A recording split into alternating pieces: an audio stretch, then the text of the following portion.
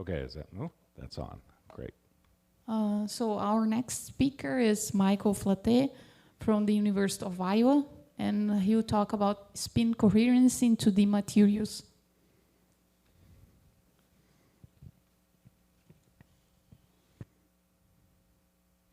All right, well, thanks for the introduction and for the, I thank the organizers for the opportunity to talk with you about some of this recent work. So I'm going to do something a little bit different in the sense that I'll take advantage of the workshop character of this and certainly encourage questions, and I'm going to make an unusual prediction from the theoretical point of view, which is that I will predict that there's actually data out there that can be analyzed in this context that I'll describe, and I hope that some of the experimentalists or perhaps even the theorists will be able to point me towards some of that. All right, so we heard earlier from Roland about this work, which has to do with coherent spins propagating in graphene. I am not going to talk about it as a result. I'm just going to mention a couple of aspects about this. We're interested in spin coherence in 2D materials, and my particular interest is in localized spins, potentially for quantum information applications. And so this suggests that you do have coherent spins propagating around and that they can respond to the presence of spin fluctuations because the nature of the decoherence of these spins when the magnetization of the yig is oblique is coming about because there are magnons that are fluctuating and that are causing the spins that are propagating through the system to decay. So this is showing here the temperature dependence of this non-local resistance, which is falling off because of the presence of magnons as the temperature increases. All right, so there's a lot of interest at this time on what the 2D spin analog is going to be for something like the nitrogen vacancy center in diamond. So this is a picture of a set of phenomena that people observe for the nitrogen vacancy center in diamond. It's a beautiful coherent system with spin coherence times that are in excess of microseconds, milliseconds even. This is showing coherent manipulation on the microsecond scale that's well described by a relatively simple physical model of the spin system itself. Okay, and these are individually addressable because of some of the peculiar features of the spin center itself, that it is optically active and that it exhibits a fluorescence cycle, which these cycling transitions are quite easy to play with. And so in this particular case, what's being done is there's initialization optically of the spin that's associated with this defect. There is then a manipulation with an RF field, and then there's a readout. And that's showing you the readout of the spin system as a function of time, as a function of the pulse width of the RF that you're using to manipulate it. All right, so what's the 2D analog for something like this? And to try to look at that, let's examine why that spin center is so peculiar, is so unusual in diamond. And it has a lot to do with this energy structure, which I've tried to indicate schematically here. So in particular, you have very large orbital and exchange energies in the system. They're large enough to quench all of the dynamics in the charged channel. So this is essentially a deep trap with a spin. So those orbital energies and Coulomb energies in the order of volts. And so when you're only responding to a thermal bath in the order of room temperature, you're never going to have access to these things up here.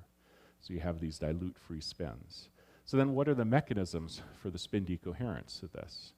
Well, you're going to have spin-orbit interaction, but this is going to average to 0 in singlet states, and overall it's pretty weak in diamond, and that's also very much the same in many of the 2D materials.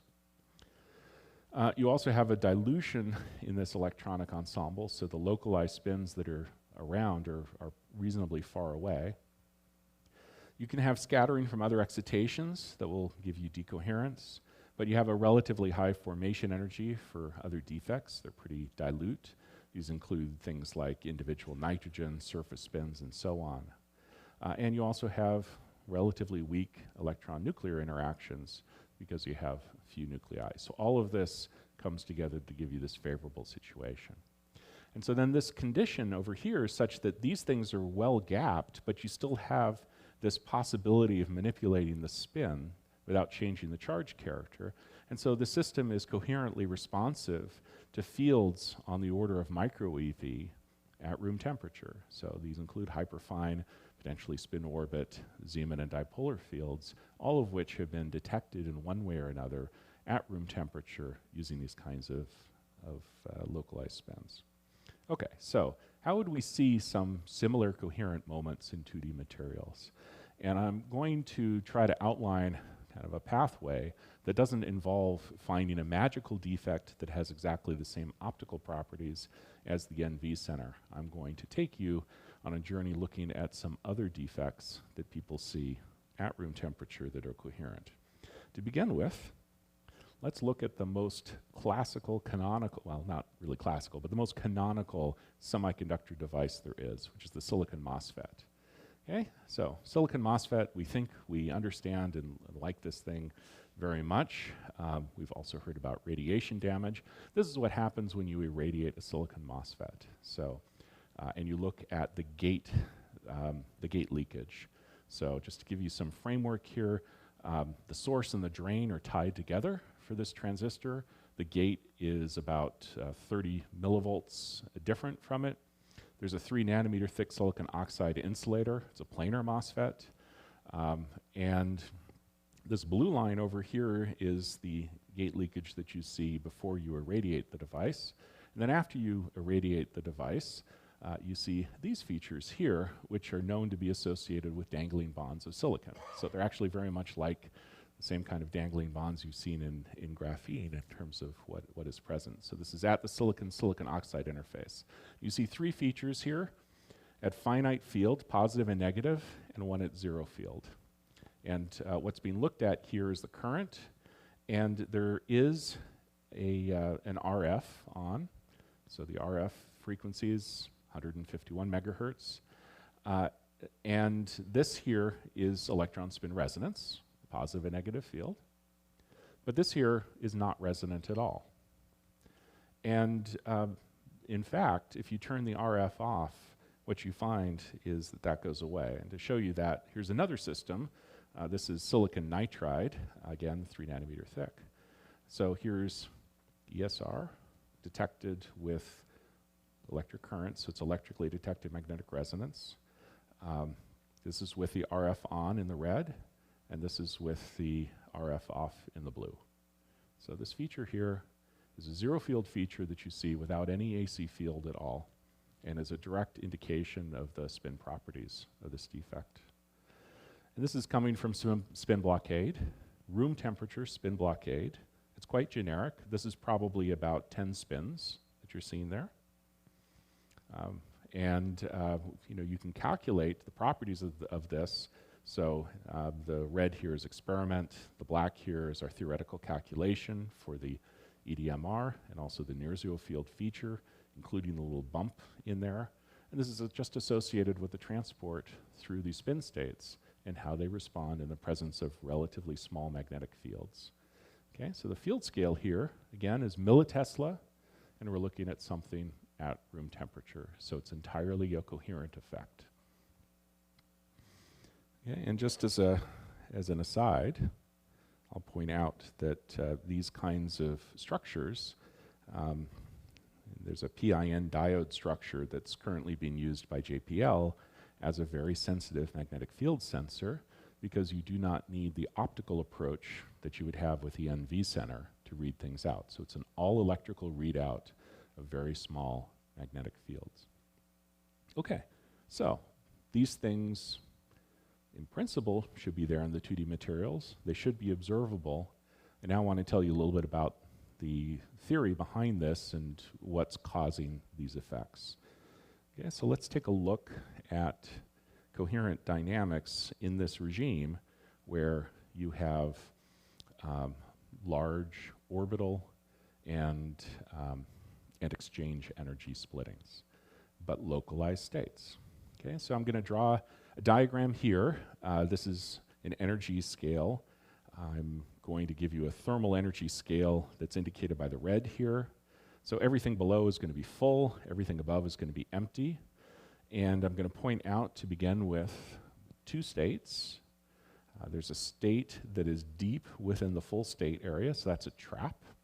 And that's going to be the source of perhaps one of your paramagnetic spin defects. And then there's a state here, which is a transport site. It's sitting in the band available for transport and can also be occupied.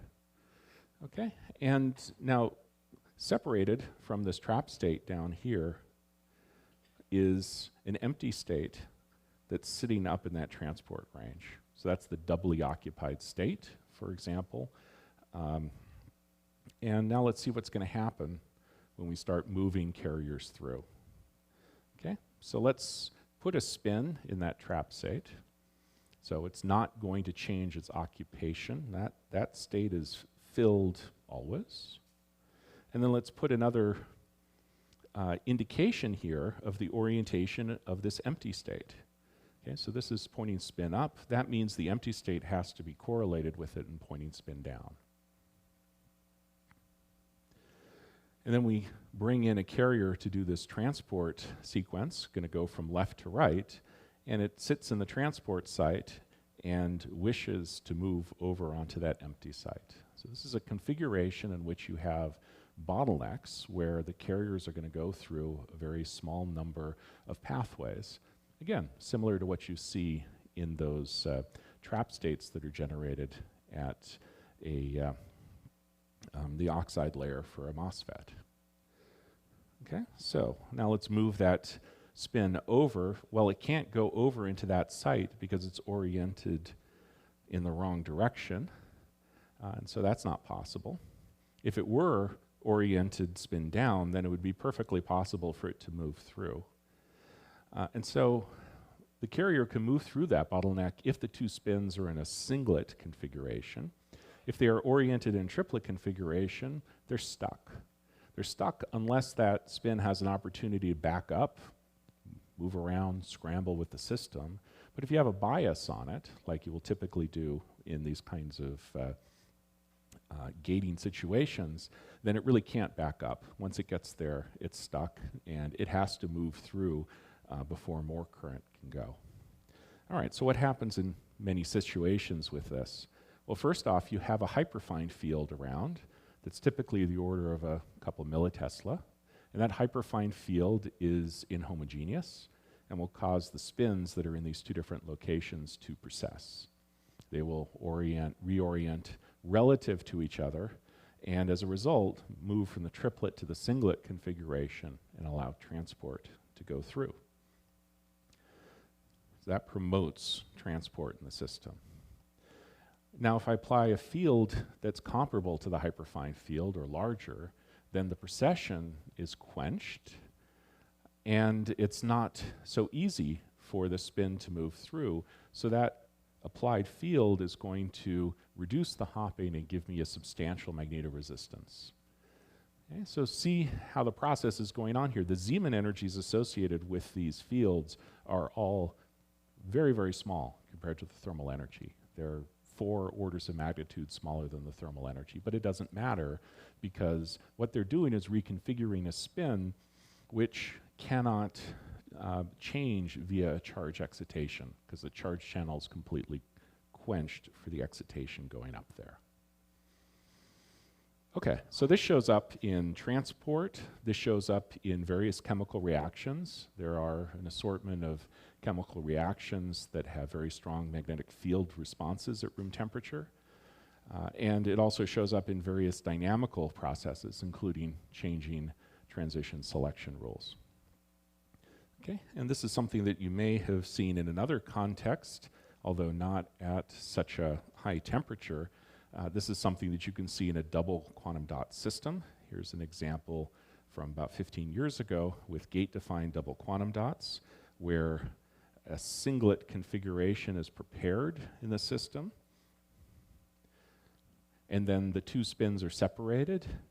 They evolve separately in the local hyperfine fields of the dots, and then an attempt is made to bring them back together. And that attempt probability, that success probability, will change depending on whether a magnetic field is on or off. So this is a field of about 100 millitesla, and this is field off is the red, field on is the black. And still we're in a situation where the Zeeman energy associated with that is small compared to the temperature, even though the temperature is also very small for this. So this phenomena that you can see in these big quantum dots at low temperature also shows up in individual site situations at high temperature. The only difference is that the exchange and orbital splittings for these dots are very, very small compared to what you can see for these localized defects. Okay, so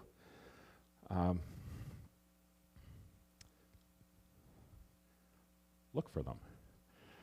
Now, you can also see this in situations that people are perhaps familiar with in the three-terminal Hanley configuration. So now, instead of using two spins in a non-magnetic system, you're using the spin of a contact and the spin of a defect as the two spins that are involved, that can evolve from triplet to singlet and so on. So this is work from Harold Huang's group, where they looked at what they thought was spin injection, at least initially. And you can see Hanley curves that are measured for these systems, but the physics of the Hanley curves doesn't quite work for this system. And there's a theory that has described this kind of phenomena from Song and Derry, which is based on a resonant coherent charge transport through the traps.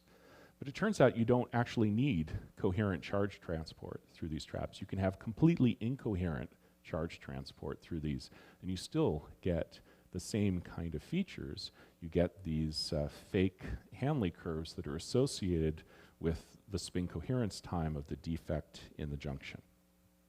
Okay, so the picture then, in this situation, is you have a ferromagnet, you have the singly occupied trap, you have a non-magnetic metal, and you're just looking at the transport through the system where the charge goes into that upper state, can stay there for a period of time incoherently, as is typically the case for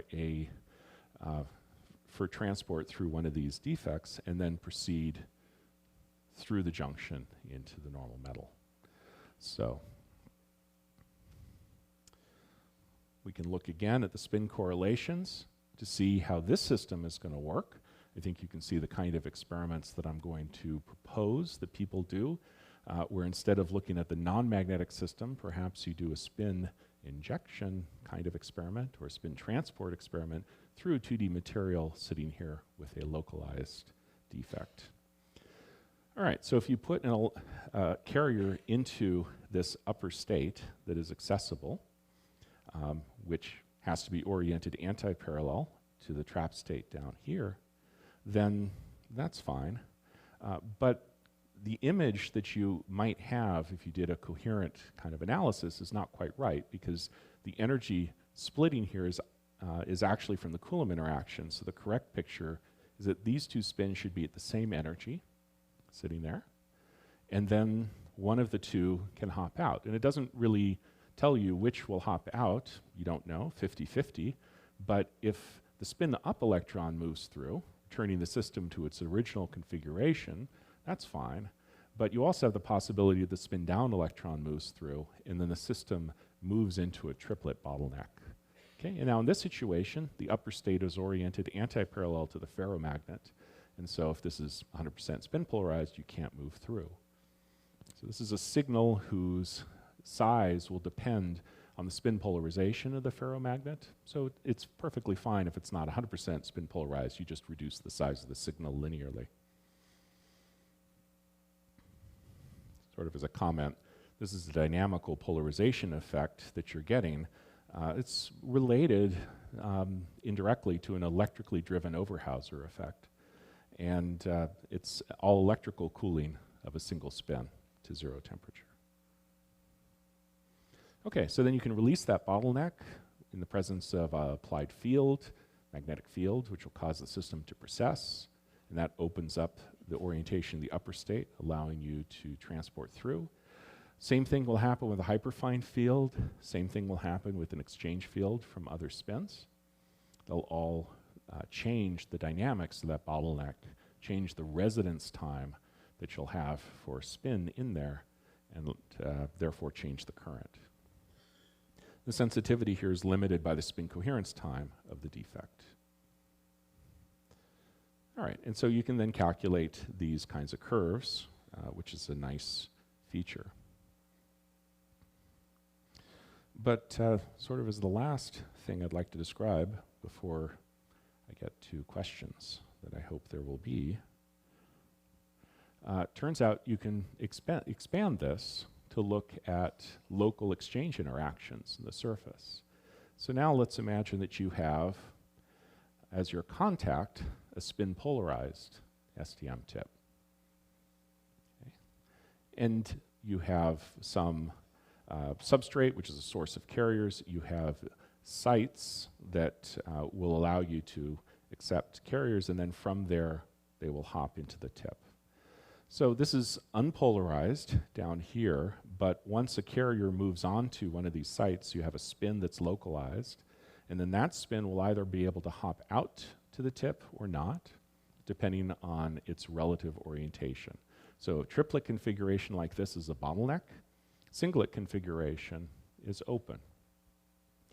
So same kind of situation as I described before with the applied magnetic field. You can look at a feature that's near zero field that is associated with the rotation of that spin. But now you can also consider an interaction with a nearby spectator spin that's not involved in the transport at all. So this spin, we'll assume that it doesn't couple to the tip, so it never changes its occupation. It can only change its spin orientation. And there's some exchange interaction, J, between it and this. And now what you find is that you get new kinds of bottlenecks that are associated with the two-spin system. And they occur essentially when a triplet state becomes degenerate with a singlet state through the application of the magnetic field. So you apply a magnetic field, the triplet and one of the triplets states and the singlet state become degenerate at a given value of the field. And then that's going to produce a bottleneck for the hopping up to here. And that gives you something that's quite distinctive, which is this plot down here. This is as a function of the magnetic field. The scale here has to do with the refill rate of the spin. So this is the current going through that site. At zero field, again, you see no current, because what happens is, this is a 100% spin polarized tip, is that this spin here becomes polarized. The spectator spin may be oriented the other direction and will cause this to precess, but eventually the process will evolve to the point where both of these are polarized. So you have an indirect remote polarization of this spectator spin, and then nothing can happen. So you apply magnetic field, you start to cause that triplet configuration to precess, and you open up the channel again. But it's really these side features in this smaller red feature here, and then shown over again here as a black feature for a different value of the exchange coupling.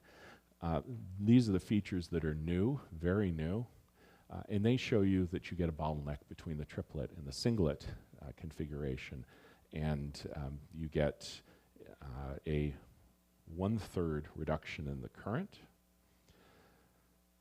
The scale of this energy here can, again, be on the order of micro EV, even though this measurement in principle can be done at higher temperatures, higher thermal energies compared to that, if the spin coherence time is long enough. So if the spin coherence time is nice and long, then in principle you can do this experiment even at room temperature, even though the splitting is of the order of micro EV. So What I've tried to argue is that there is a rich physics of this near zero field magnetoresistance for 2D materials and beyond. You have these bottleneck transport configurations. They'll put the device far from equilibrium. So it's detectable even when the Zeeman energy involved is much less than the thermal energy. You get singlet triplet coherent features at zero field in non-ferromagnetic devices. Maybe there is data showing that, I hope. And in ferromagnetic devices, I think many people try to avoid the very near zero field region because there's a lot of weird things that can happen there. Well, you know, this may be one of the weird things that you can see, which is quite distinctive, and it can be analyzed in terms of the properties of the transport of the structure. So I would suggest this is a nice method to measure very small exchange splittings between nearby spins. All right, I'll stop there. I'm happy to answer any questions and hope to hear that people have seen things like this.